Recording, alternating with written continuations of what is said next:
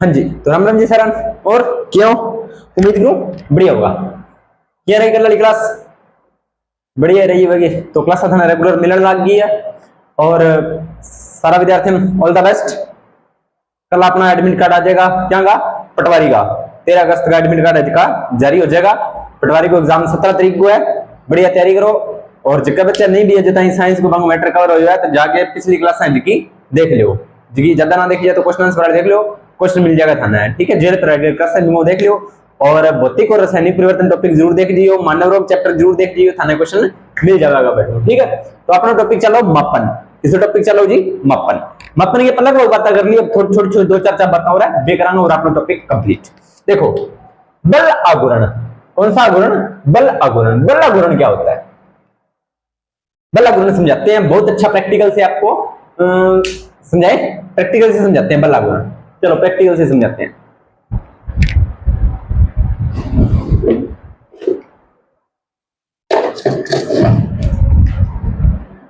देखो, ये है इंक। क्या है जी? इंक। गुरु जी मानने बताया इंक क्या मैं दिखाऊं? फिर इंक कौन दिखाऊं? थाने काम की चीज देखो। अब देखो, इसके ढक्कन को खोलना है।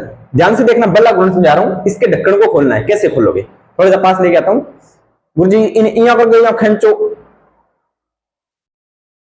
खींचने से क्या हो रहा है? नहीं खुल रहा ना। लगा तो मैं बल रहा हूं, बल लगा रहा हूं, लेकिन खुल रहा है क्या? नहीं खुल रहा। फिर इसको कैसे खोले? अब इसको मैं क्या करता हूं, इसको घुमा के खोलता हूं। गुरुजी घुमा के कौन खुला था रू? एक मिनट रुको, अभी मैं इसके हाथों में ना ऑयल लगे हुए मेरे हाथों के, मैं आपको खोल के देता हूँ। एक मिनट।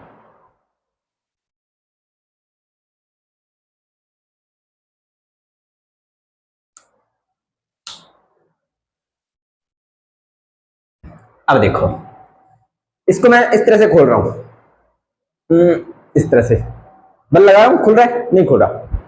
अब देखो, इसको मैं बल नहीं लगा रहा, अब इसको क्या कर रहा हूं? घुमा रहा हूं, बिल्कुल आराम से, बिल्कुल आराम से, बिल्कुल आराम से खुल गया। वापस बंद करना, इसको बंद करूंगा ऐसे नहीं होगा, इसको घुमाऊंगा आराम से बंद हो जाएगा। ठीक है, ये होता है जी बल आघूर्ण। दोबारा समझो, बल इंटू आघूर्ण भुजा, यानी कि कौन सी दिशा में अपने उस पर बल लगा रहे हैं, वो आपका क्या है जी? बल आघूर्ण। अब ये जो बल आघूर्ण होता है, वो कौन सी गति पर लगता है? वो लगता है जी हमारी घूर्णन गति पे, सिर्फ घूर्णन गति पर काम करेगा। घूर्णन गति या घूर्णन गति पर ये काम करेगा। जैसे आपने पंखा देखा होगा, पंखा एक ही दिशा में घूम रहा होता है इस तरह से, तो वो कौन सी गति है? वो आपकी घूर्णन गति है। कौन सा बल लग रहा है? बल आघूर्ण लग रहा है। आपको एक ना चीज समझाता हूं, अगर फिर भी आपको बल आघूर्ण नहीं समझ में आए ना, आप क्या करना, आपके घर पे ना इस तरह से डोर लगी होगी, बाथरूम के लगी होगी या आपके घर पे लगी, और यहाँ पर लगे होते हैं कब्जे। इस तरह से कब्जे लगे होते हैं, ये आपकी दीवार होती है, इस तरह से दीवार के साथ इस तरह से लगे होते हैं, और ये आपका डोर है, दरवाजा। अब आप क्या करना, इस दरवाजे को खोलते हो तो आप यहां पर हैंडल लगा के दरवाजे को खोलने का प्रयास करना। क्या दरवाजा खुल जाएगा? नहीं खुलेगा। लेकिन वहीं आप यहां पर हैंडल लगा होगा तो दरवाजा आसानी से खुल जाएगा। दरवाजे में बाहर भी इतना है, ठीक है, द्रव्यमान भी सेम है, सारा कुछ सेम है, लेकिन फिर भी यहां पर आप दरवाजा खोल रहे हो तो आपका जोर लग रहा है, यहां से दरवाजा खोल रहे हो तो आपका जोर नहीं लग रहा। तो ये आप आघूर्ण लगा रहे हो, क्योंकि दरवाजा जब आप खोलोगे तो दरवाजे को घुमाते हो। ठीक है, ये जो चीज है ना, डिस्टेंस है, इसे डिस्टेंस बोलते हैं या दूरी बोलते हैं, ये होती है आपकी आघूर्ण भुजा। तो बल आप जिस दिशा में लगाओगे वो उसकी आघूर्ण भुजा होगी, तो उसका जो गुणनफल होता है वो आपका क्या होता है? बल आघूर्ण होता है। ठीक है, इससे लिखते किससे हैं? बल आघूर्ण को लिखते हैं टॉ से। किससे लिखते हैं? टॉ। उल्टा जे लिखोगे तो टॉ हो जाएगा। तो इसका सूत्र होता है F इंटू डी। क्या होता है? टॉ बराबर F इंटू डी। तो मात्रक क्या बनेगा? मात्रक बनेगा सर बल आघूर्ण का न्यूटन मीटर। न्यूटन मीटर इसका मात्रक बनेगा, याद रख लेना जी। ठीक है, इसके बाद में अपने आगे बात करते हैं किसके बारे में, साथ के साथ मिटाते चलेंगे ताकि आपको दिक्कत ना आए। कॉपी पेन लेकर साथ में बैठे तो आपको दिक्कत परेशानी नहीं होगी। ठीक है दोस्तों, चलते हैं अपने आगे बात करते हैं अब इसके बारे में। देखो, मैं साथ के साथ मिटा रहा हूं ताकि आपको परेशानी ना हो। आगे आगे चीजें जैसे जैसे बढ़ती जाएंगी तो अपने पास जगह कम है, इसलिए मिटा रहा हूं मैं। ठीक है, अब देखिए, एक खगोलीय दूरी क्या है या एक खगोलीय इकाई। एक खगोलीय इकाई, ये लिखा हुआ एक खगोलीय इकाई, यह क्या होती है? यह होती है दोस्तों, ये है हमारा सूर्य और ये है हमारी पृथ्वी। इसके जो बीच की दूरी है, सूर्य और पृथ्वी के बीच की दूरी होती है, उसे बोलते हैं खगोलीय इकाई। इस दूरी का मान कितना है? 1.49 इंटू 10⁻11 मीटर, 1.49 इंटू 10⁻11 मीटर, ये इसकी इकाई है। 1.49 इंटू 10⁻11 मीटर, इतनी दूरी है जो सूर्य से पृथ्वी की आपकी दूरी है, और उस दूरी को आप क्या बोलते हो? खगोलीय इकाई। एक बार एग्जाम में क्वेश्चन पूछ लिया था कि खगोलीय इकाई की क्या है, तो आप यह बोल दोगे कि खगोलीय इकाई, जो खगोलीय इकाई होती है वो सूर्य और पृथ्वी के बीच की दूरी होती है। शायद मैं तेज बोल रहा हूं ना। एक खगोलीय इकाई सूर्य और पृथ्वी के जो बीच की दूरी है उसे ही आप क्या बोलते हो? एक खगोलीय इकाई बोलते हो। इसका मान क्या होता है? इसका मान होता है बच्चों 1.49 इंटू 10⁻11 मीटर, या 1.49 इंटू 10⁻11 मीटर। ठीक है दोस्तों। अब साथ के साथ आपको याद रखना है, एक जो दूरी होती है, दूरी मापन की सबसे छोटी इकाई तो अपने पढ़ लिए कि मीटर होती है, सेंटीमीटर मीटर होती है, ये सारी हमने देख ली थी। लेकिन आपको याद क्या रखना है? दूरी मापने की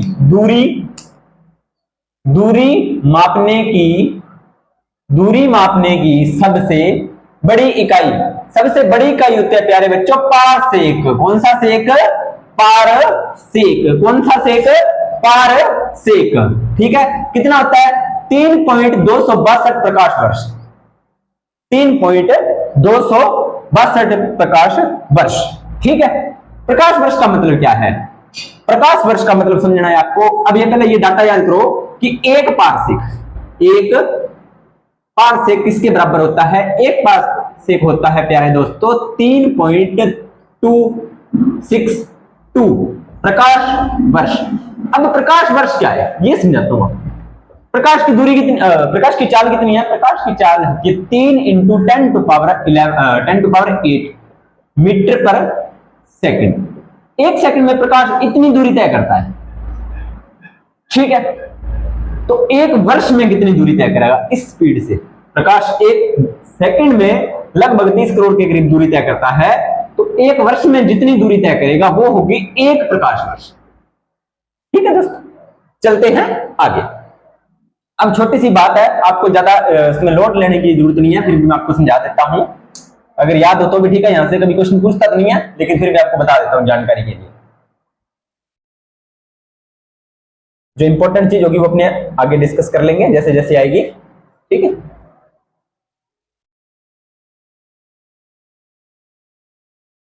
देखिए सार्थक अंक क्या होते हैं? कोई भी संख्या मान से, जैसे 6.63 हो गया, अभी मैंने बताइए 3 इंटू 10⁸।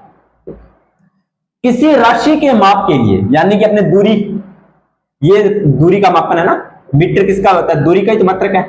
किसी राशि के माप के ऐसे अंक जो मापन यंत्र का सार्थकता को बताते हैं, यानी कि मापक यंत्र होता है। अपने कोई चीज को किसी से तो मापते ही हैं। देखो दोबारा समझो, जैसे क्या होता है आपको? थर्मामीटर होता है ना। क्या होता है? थर्मामीटर। तो थर्मामीटर में इस तरह से डाटा लगा होता है, इस तरह से टेम्परेचर लगा होता है यहाँ पे फ़ारेनहाइट में। ठीक है। तो जो थर्मामीटर है आपका, थर्मामीटर वो है आपका एक मापक यंत्र। मापक कोई चीज को मापता है। तो थर्मामीटर किसको मापता है? थर्मामीटर मेरे प्यारे बच्चों ताप को मापता है। किसको मापता है? ताप को मापता है। तो ये तो आपका क्या हो गया? यंत्र। ये तो बोल रहा है किसी, अब ताप क्या है? ताप कोई राशि है। फॉर एग्जांपल समझा रहा हूं, ताप क्या है? कोई राशि है, मापक यंत्र है। अब थर्मामीटर आपका क्या है? थर्मामीटर आपका है मापक यंत्र के ऐसे अंक जो सार्थकता को दर्शाता है। यानी कि अपने टेम्परेचर, बुखार में अपने बॉडी का बुखार में टेम्परेचर 102 डिग्री होता है और नॉर्मल बॉडी का टेम्परेचर होता है 98 डिग्री। अब ये 98 डिग्री अपने को बता रहा है, तो ये इसका सार्थक मान है। बस यही सार्थक अंक होते हैं।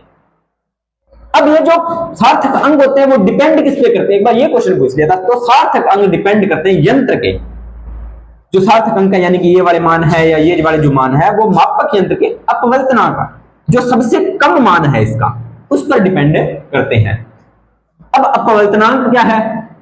अपवर्तनांक नहीं है, अल्पवतमांक। किसी भौतिक राशि का मापन यंत्र से मापा जा सकने वाला न्यूनतम मान, यानी कि सबसे छोटा मान। अब ये यंत्र सबसे छोटा मान मान लीजिए 0 डिग्री को मापा है, तो इसका अपवर्तनांक कितना हो जाएगा?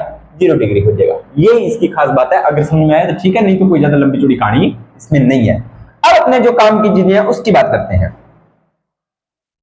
ध्यान से सुनना भाई। सार्थक अंक की बातें इतनी इंपॉर्टेंट नहीं थी, सार्थक अंक फिर बता देता हूं। सार्थक अंक क्या होते हैं?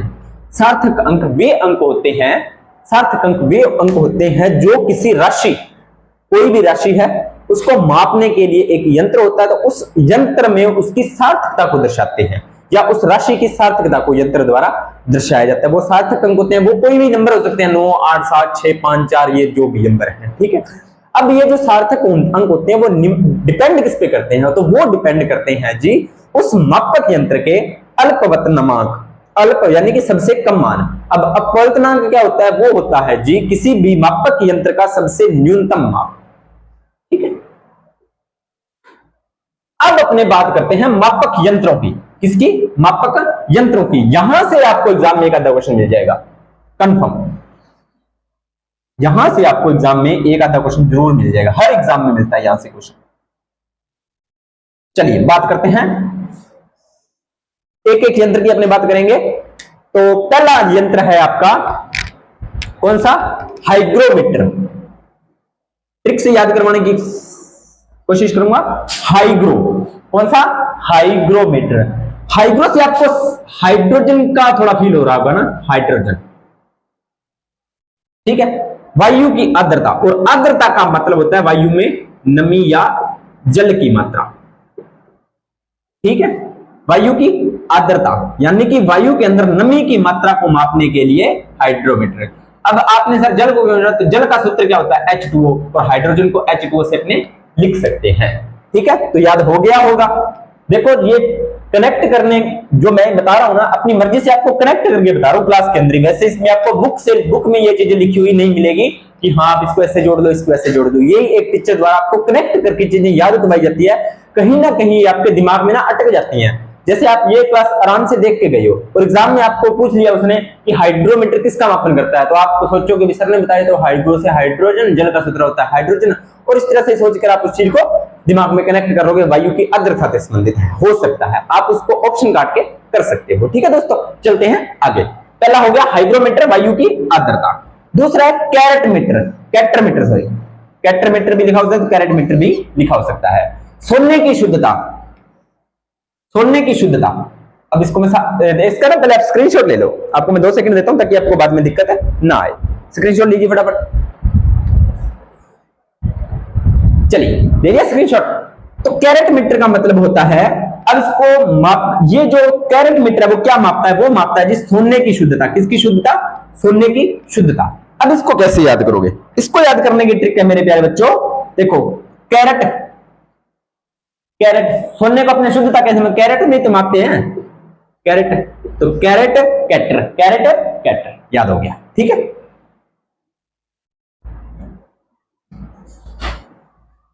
तो याद हो गए, चलिए आगे याद। अगला है ब्यूटीरोमीटर, दुग्ध उत्पादों में वसा की मात्रा। दुग्ध उत्पादों में जैसे दूध से बनने वाले उत्पाद होते हैं उसमें वसा होती है, फैट, जिसे आप बोलते हो फैट बोलते हो, वसा को आप फैट बोलते हो, ठीक है। आपने कहा ना दूध की फैट अपने डेयरी वाले को देकर जाते हैं, तो वो ब्यूटीरोमीटर द्वारा इसका मापन करता है। इसके द्वारा ब्यूटीरोमीटर, ठीक है, ब्यूटीरोमीटर। अब देखो वसा होती है ना, वो इसको थोड़ा सा मैं कनेक्ट करने के प्रयास करूं। वसा होती है, तेलीय होती है, ठीक है। और लगभग अपने जो ब्यूटी प्रोडक्ट्स होते हैं ना उसमें वसा ही होती है। ब्यूटी प्रोडक्ट जैसे किसी कंपनी के स्पेशल नाम तो ले लूंगा, लेकिन ज्यादा अपने ग्लिसरॉल देखते हैं, ग्लिसरीन लेके आते हैं, वैसलीन वगैरह लेके आते हैं, उसमें वसा ही होती है, ठीक है। तो ब्यूटी प्रोडक्ट्स, तो ब्यूटीरोमीटर वसा, दूध में वसा की मात्रा। बस हो गया ना क्लास के अंदर ही। ये मैंने कोई बात पहले तैयार नहीं की है, आपके सामने ही तैयार की है ट्रिक, ठीक है। चलिए आगे बात करते हैं।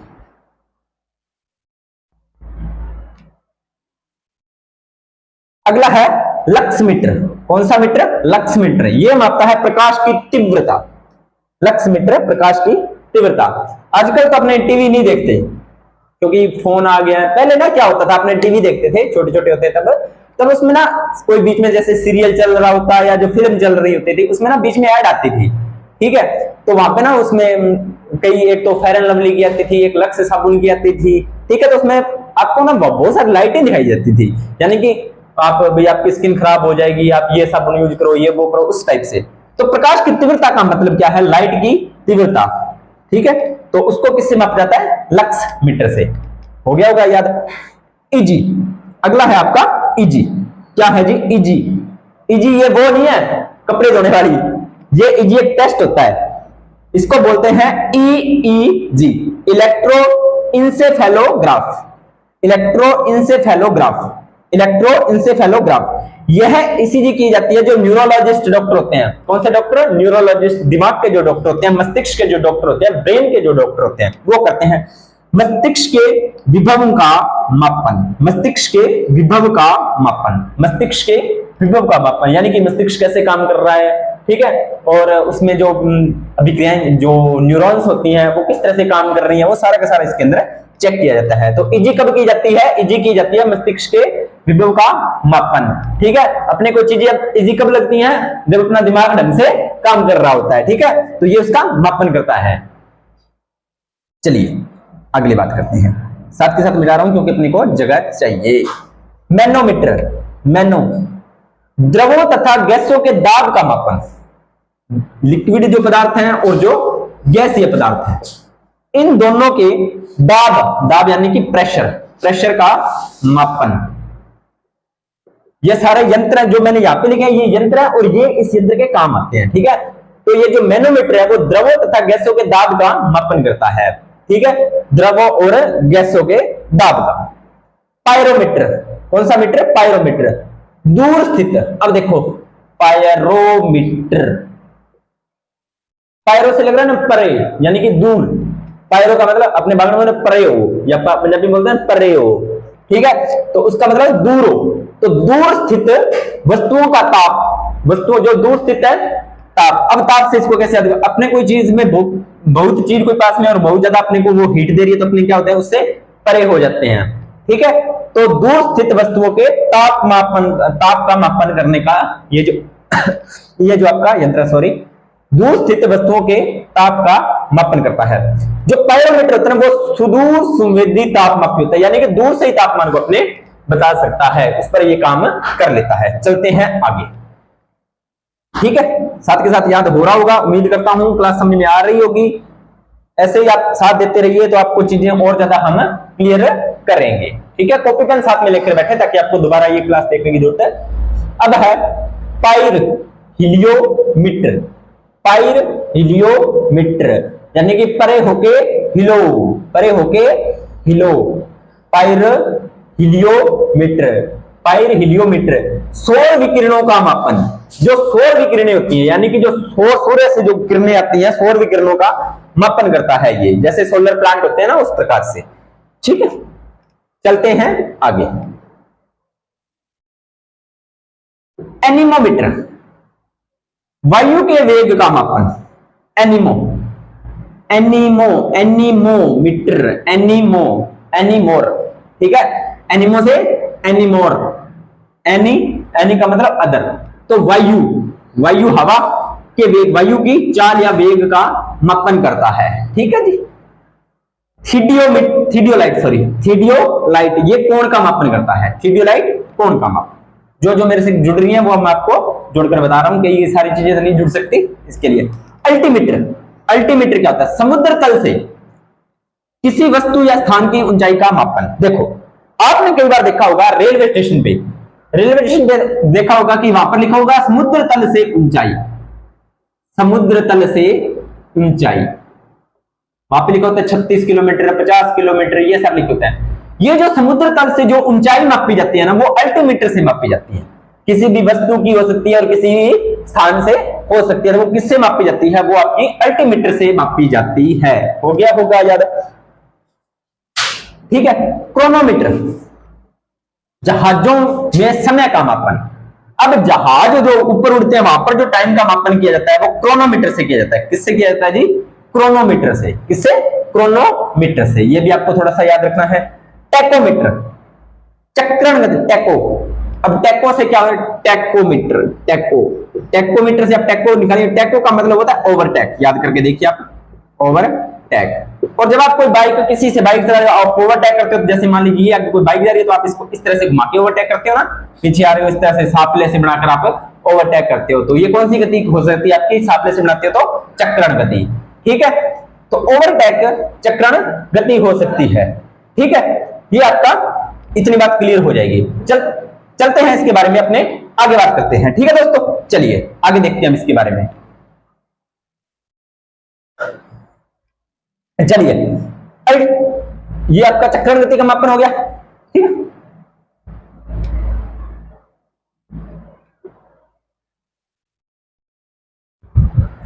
अब बात करते हैं एक्टिनोमीटर। कौन सा मीटर? एक्टिनोमीटर, विकिरण ऊर्जा, एक्टिनो। अब एक्टिनोमीटर से आपको एंटीना याद हो रहा होगा, एंटीना।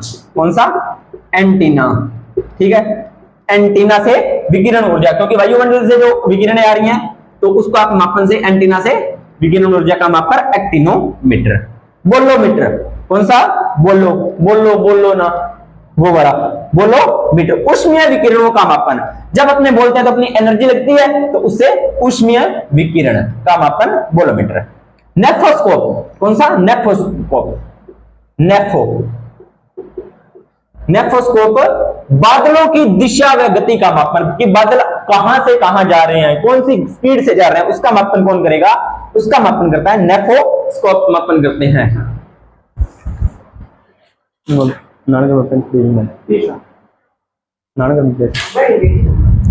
ठीक है, चलिए दोस्तों, सॉरी माफी चाहेंगे। चलिए आगे बात करते हैं। ओडोमीटर, वाहन द्वारा तय की गई दूरी का मापन।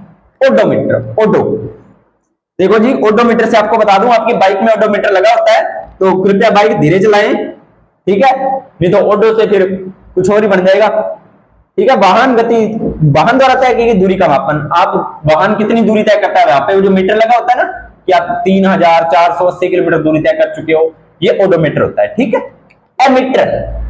एमीटर होता है विद्युत धारा की तीव्रता। ये अपने विद्युत धारा वाले में और डिस्कस से पढ़ेंगे, विद्युत धारा की तीव्रता का मापन एमीटर से। चलिए ऑडियोमीटर, ऑडियो से होता है गाने से होता है ध्वनि। ऑडियो का मतलब गाने से होता है ध्वनि। तो वो कितनी तीव्रता है, कितनी उसकी तीव्रता है, ठीक है। तीव्रता का मतलब तीक्ष्ण टाइप अपने कह सकते हैं, कितनी उसकी तीव्रता है। तो तीव्रता का निर्धारण भी कौन करता है? ऑडियोमीटर करता है, ठीक है जी। अगला है एयरोमीटर। कौन सा मीटर? एयरोमीटर। एयर से हवा, एयरो से हवा बन गई। एयर वायु तथा गैस का भार व घनत्व, यानी कि वायु हो सकता है, एक तो एयर का मतलब वायु तो होता है, गैस भी आप उसे बोल सकते हो, गैस को गैस ही बोलते हैं वैसे तो, लेकिन वायु भी एक गैस है, ठीक है। इसका एक तो भार कि कितना ये भारी है और इसका घनत्व कितना है, ठीक है। ये सारा कौन मापता है? ये सारा आपका मापता है एरोमीटर। इसके बाद है बैरोमीटर, बहुत बार बता दिया, बैरोमीटर वायुमंडलीय दाब का मापन, ठीक है। इसके बाद में कैलोरीमीटर, ऊष्मा की मात्रा का मापन, कैलोरी, क्योंकि ऊर्जा का जो ऊष्मा का मापन अपने कैलोरी में जो करते हैं, ये भी करवा दिया। बर्नियस कैलिपर्स, ये ना एक अपरेटस होता है, ये आपने तो नहीं देखा होगा, साइंस वाले बच्चों ने देखा है।